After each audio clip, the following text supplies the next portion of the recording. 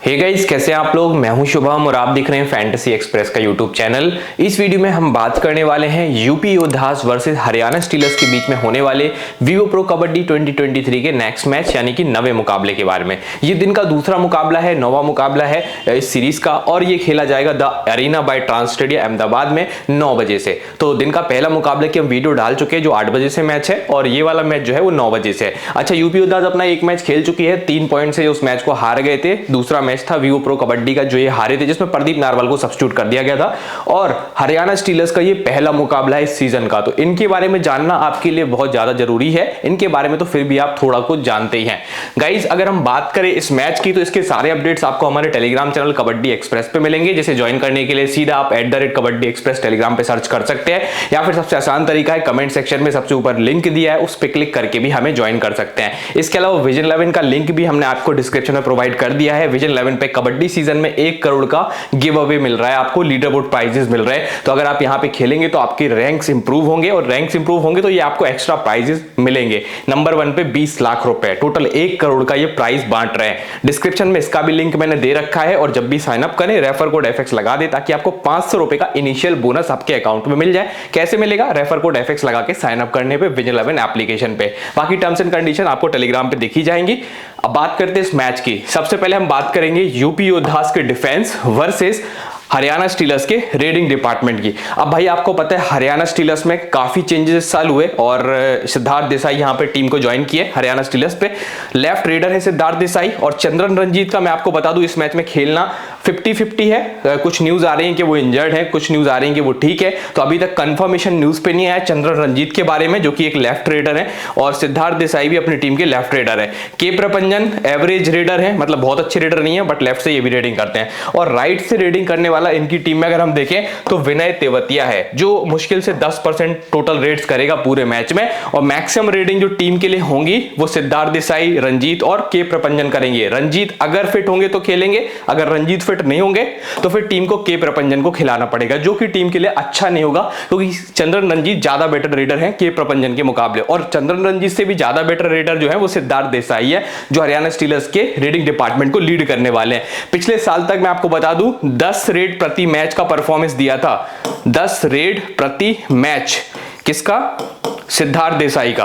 10 successful Reds पर match बहुत होता है। और ऐसे ही परफॉर्मेंस प्रदीप नारवाल का भी है। तो प्रदीप नारवाल जो इस मैच में खेल रहे हैं यूपी के मेन रेडर की तरह, और सिद्धार्थ देसाई जो कि खेल रहे हैं हरियाणा के मेन रेडर की तरह, दोनों के रेडिंग पॉइंट्स बहुत ज्यादा होते हैं। इसलिए कप्तानी वाइस कप्तानी इनके अलावा कोई भी अच्छा नहीं होगा।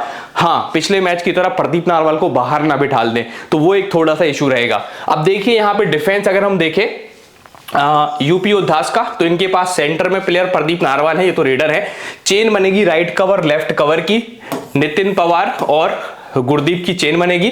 नितिन पवार जो है वो एवरेज डिफेंस प्लेयर है, गुरदीप भी एवरेज डिफेंस प्लेयर है। ये यहां से लेफ्ट से आने वाले रेडर्स को परेशान करेंगे और ये यहां से राइट से आने वाले रेडर्स को परेशान करेंगे। हालांकि राइट से कोई रेडर आएगा नहीं, राइट से रेडिंग इनकी होती नहीं, मुश्किल से 10% होने वाली।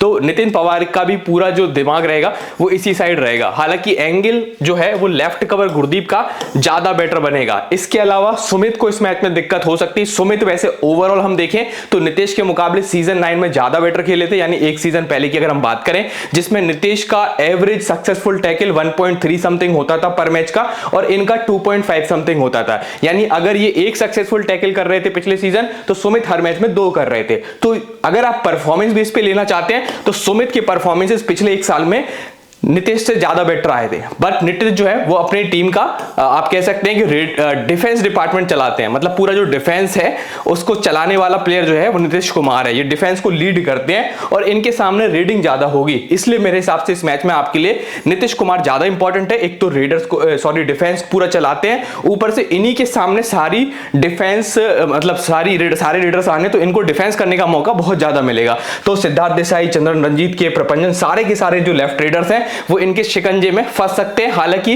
पिछले साल तक ये 3 बार जब टैकल करते थे तब उनको एक सक्सेसफुल टैकल मिलता था, यानी सक्सेस परसेंट 33% के आसपास था नितेश का, और इनका कितना था? इनका ऑलमोस्ट 50% था। ठीक है। तो सुमित पिछले साल बेटर खेल रहे थे नीतीश से, ये मैंने आपको बता दिया, बट नीतीश के सामने मौके ज्यादा होंगे, ये चीज भी आपको पता होनी चाहिए। विजय मलिक ए कैटेगरी रेडर है और प्रदीप नारवाल भी ए कैटेगरी रेडर है। इसके अलावा सुरिंदर गिल भी ए कैटेगरी रेडर है। इतने सारे ए कैटेगरी रेडर एक टीम में बहुत मुश्किल होता है दिखना, शायद मुश्किल है किसी टीम में इस सीजन ऐसे रेडर्स हो जो सारे के सारे ए कैटेगरी हो। खास करके अगर हम बात करें यहाँ पे सिद्धार्थ देसाई तो ये शायद बी कैटेगरी में आते हैं। सिद्धार्थ देसाई, चंद्रन रंजीत, प्रपंजन तो सी कैटेगरी में आते हैं। बट सिद्धार्थ देसाई अच्छा खेलते हैं। कैटेगरी अकेले से सब कुछ नहीं होता है, बट कैटेगरी से आपको एक थोड़ा सा मतलब अगर आपको बिल्कुल नॉलेज नहीं है तो थोड़ा पता चल जाता है कि ये किस लेवल का प्लेयर है, ठीक है। तो प्रदीप नारवाल, विजय मलिक, सुरिंदर गिल, ये सब एक कैटेगरी रेडर हैं जो कि आपकी टीम में मस्ट है, होने चाहिए। डिफेंस की अगर हम इनकी बात करेंगे तो उसमें आपके पास नीतीश कुमार मेरे हिसाब से होना चाहिए। बाकी सुमित का परफॉर्मेंस पिछले साल ज्यादा बेटर था। रेडर्स आपको पता ही है, हरियाणा के मेन रेडर सिद्धार्थ और उसके बाद चंद्रन रंजीत और उसके बाद के प्रपंजन। रंजीत के खेलने के चांस 50-50%, क्योंकि इंजरी अपडेट अभी तक आई नहीं है। कुछ लोग कह रहे हैं इंजर्ड है, कुछ कह रहे नहीं है, अभी तक कोई ऑफिशियल स्टेटमेंट नहीं आया। अब हम बात करेंगे दूसरी टीम की। दूसरी टीम का डिफेंस, क्योंकि नई टीम है हरियाणा स्टीलर्स, आपको ज्यादा नहीं पता होगा, इनके बारे में अच्छे से बता देता हूं। सबसे पहले इनके मेन रेडर जो होंगे वो सिद्धार्थ देसाई होंगे। पिछले साल दूसरी टीम से खेल रहे थे, अब आ गए हरियाणा में, और हरियाणा के कुछ प्लेयर्स दूसरी टीमों में चले गए। तो ये थोड़ी शिफ्टिंग हुई है, ऑक्शन के टाइम टीमें चेंज हुई है। अब इनका जो कवर सेक्शन है वो one of the most strong covers माना जाता है पूरे वीवो प्रो कबड्डी का, जिसमें लेफ्ट कवर में जयदीप दाहिया है और राइट कवर में मोहित नांदाल है। पिछले सीजन के अगर आप इनके एवरेज टैकल्स देखें, एवरेज सक्सेसफुल टैकल्स पर मैच, तो मोहित नांदाल के 2.1 समथिंग होंगे टैकल्स और जयदीप दाहिया के ऑलमोस्ट 3 के आसपास होंगे। जयदीप दाहिया जो है वो हर मैच में लगभग 3 टैकल्स करके जाते हैं, 3 सक्सेसफुल टैकल। किसी में 2 भी करेंगे, किसी में 3 भी करेंगे, but most of the time आप इनको 2 से 3 टैकल करते तो देखेंगे ही देखेंगे, कभी कभी उससे भी ज्यादा कर देंगे। ये one of the strongest cover होता है लेफ्ट कवर पे जयदीप दाहिया का। मोहित नांदाल उनसे थोड़े से एवरेज पे है, मतलब जयदीप अगर ए कैटेगरी प्लेयर है तो मोहित नांदाल बी कैटेगरी प्लेयर है, इस चीज का ध्यान रखिएगा। मोहित के 2 अगर टैकल्स होने वाले तो 3 टैकल्स जयदीप कर सकता है, जो हमने कंपैरिजन इनके कैरियर में देखा है। और सिद्धार्थ देसाई अपनी टीम के मेन रेडर हैं। विनय तेवतिया एवरेज रेडर हैं, बहुत अच्छे प्लेयर नहीं है। जैसे कि हमने देखा सिद्धार्थ देसाई हर मैच 10 रेड करके जाते हैं, सक्सेसफुल रेड पिछले सीजन हमने जो देखा था, और विनय तेवतिया लगभग 2.5-3 रेड करते हैं सक्सेसफुल प्रति मैच। और वैसे प्रपंजन की भी अगर आप देखें तो 3.5 से 4 होंगे। तो इनके रेड्स थोड़े से कम हैं, ये 3 से 4 रेड कर रहे हैं सक्सेसफुल प्रति मैच, ये 2 से 3 कर रहे हैं, और एक तरफ ये प्लेयर जो है ये सीधी 10 सक्सेसफुल रेड कर रहा है सिद्धार्थ देसाई। तो हरियाणा से सबसे इंपॉर्टेंट रेडर यही होगा।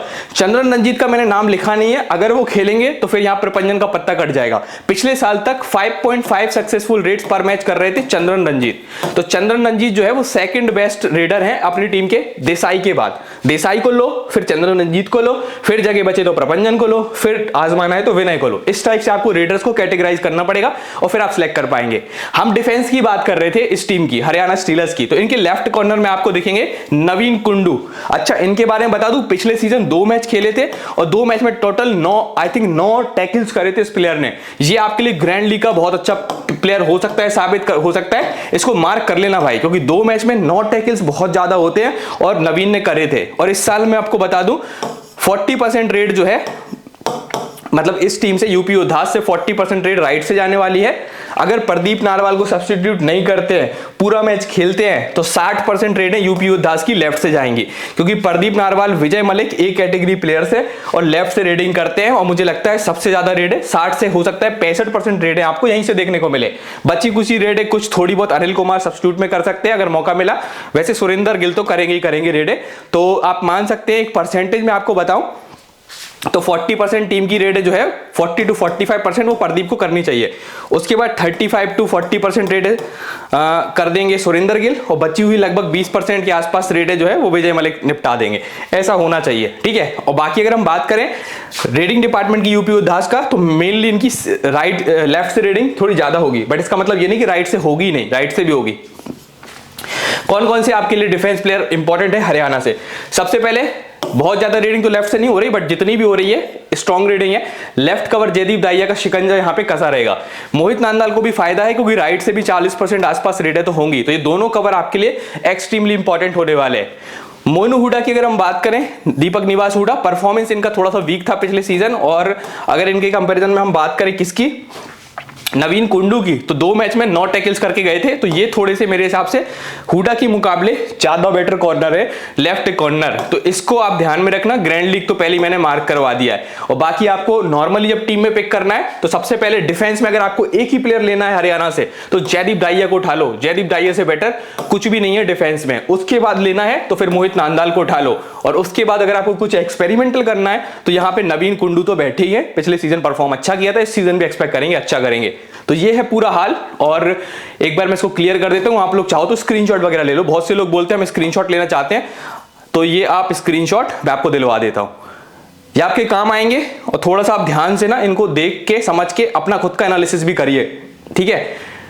अब हम बात करेंगे टीम की, टीम हमारी क्या बनेगी। सो गाइस अब हम बात कर लेते हैं यहाँ पे टीम की। तो टीम में मैंने सबसे पहले लिया है नीतीश कुमार को। नीतीश कुमार मेरी टीम में क्यों है, क्योंकि इनके सामने लेफ्ट रीडिंग ज्यादा होगी और ये टीम के राइट कॉर्नर है। तो लेफ्ट रीडर्स के सामने मुझे लगता है राइट कॉर्नर अच्छा कर सकता है। और ये राइट कॉर्नर पूरा डिफेंस भी चलाता है अपनी टीम का। हालांकि सुमित के मुकाबले थोड़ा सा वीक है ये। पिछले साल जो हमने देखा, पिछले साल का ही अगर हम देखें और इस साल का भी देखें, इस साल भी जो एक मैच खेला उसमें नीतीश ने 1 टैकल किया था। और इनके दूसरी तरफ वाले कॉर्नर यानी लेफ्ट कॉर्नर सुमित ने 2 सक्सेसफुल टैकल करे थे। ज्यादा अंतर नहीं था, बट फिर भी सुमित मोस्ट प्रोबेबली 1-8 टैकल ज्यादा ही कर देते हैं नीतीश के मुकाबले। पिछले साल भी हमने देखा था कि नीतीश कुमार लगभग 1.4 1.5 जो है वो टैकल्स पर मैच कर रहे थे, सक्सेसफुल टैकल। और सुमित वहीं 2.4 2.5 टैकल्स पर मैच कर रहे थे। सुमित के कंपैरिजन में नीतीश थोड़े से वीक लग रहे थे। तो नीतीश को मैंने लिया जरूर है, बट थोड़े से वीक है नीतीश। और हालांकि ये डिफेंस चलाते हैं अपनी टीम का और कभी भी फॉर्म में आ सकते हैं। और इनके सामने जब रेटिंग ज्यादा होगी, मुझे लगता है इनको मौके ज्यादा है, तो आप इनको ले सकते हैं। बाकी आपकी मर्जी, आप सुमित को भी ले सकते हैं।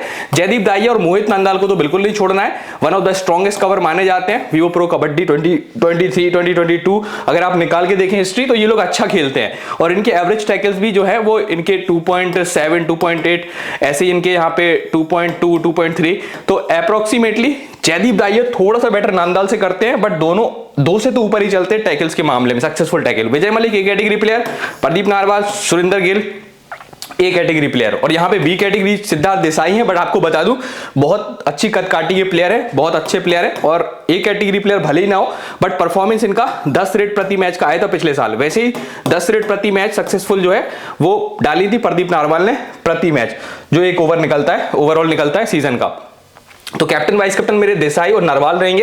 हालांकि नरवाल को वो टीम बाहर ना कर दे जैसे पिछले मैच में किया, कॉन्फिडेंस अगर इनका लूज हुआ तो वो एक दिक्कत रहती है। तो आपके पास सुरेंद्र गिल भी ठीक ऑप्शन है, बट अगर आपको मौका मिले तो गिल से बेटर परफॉर्मेंस नरवाल दे सकते हैं और सबसे बेटर परफॉर्मेंस सिद्धार्थ को देनी चाहिए। यहाँ पे नांदाल और दाहिया सबसे स्ट्रॉन्ग डिफेंस होने वाले हैं। विजय मलिक को तो लेना ही है और यहाँ पे नीतीश कुमार की जगह पे आप चाहो तो सुमित को भी ले सकते हो। बस इतनी कहानी है और मैंने आपको हर चीज समझा दी है। अब इस टीम में कोई चेंज होगा तो मैं टेलीग्राम पे बता दूंगा। हालांकि मैं आपको सजेस्ट करता हूं कि आप सिर्फ एनालिसिस देखिए, टीम आप खुद की बनाइए। कभी कभी हमारी टीम नहीं चलती है और इसलिए आपका भी लॉस हो सकता है। इसलिए बोल रहा हूं कॉपी नहीं करना है, कॉन्सेप्ट को समझना है और अपने हिसाब से टीम्स प्रिपेयर करनी। ग्रैंड लीग में थोड़े चेंजेस करो, जैसे नीतीश की जगह पे सुमित ले लिया, या फिर कुछ और चीजें जो मैंने आपको बताई, जैसे कुंडू के बारे में बताया कि लास्ट सीजन 2 मैच खेले थे, 9 सक्सेसफुल टैकल करे। 9 टैकल आप समझ रहे हो 180 पॉइंट। तो इस टाइप से आपको समझना है कि मैंने क्या क्या बताया, फिर उस बेस पे आपको टीम्स फॉर्म करनी है डिफरेंट। ठीक है, आई होप आपको वीडियो पसंद आया होगा। पसंद है तो प्लीज एक लाइक से सब्सक्राइब कीजिएगा। मिलते हैं नेक्स्ट वीडियो में, तब तक के लिए बाय बाय।